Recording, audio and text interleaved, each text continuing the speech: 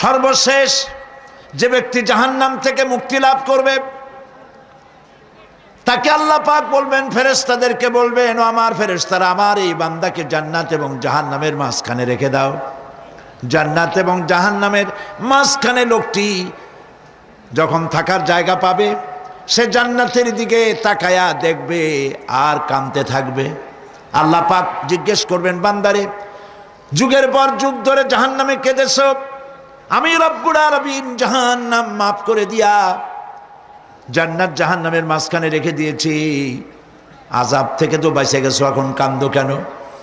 লোকটি বলবে, রব্বুল আলামিন কান্দি এই কারণে, জাহান্নাম থেকে মাফ করেছো, তোমার শুকরিয়া আদায় করি। জান্নাত তো আমার কপালে নাই, কিসমতে নাই, কিন্তু জান্নাত আমি এখান থেকে দেখতে পাচ্ছি। জান্নাতের সুঘ্রাণ আমার নাকে আসতেছে, কপালে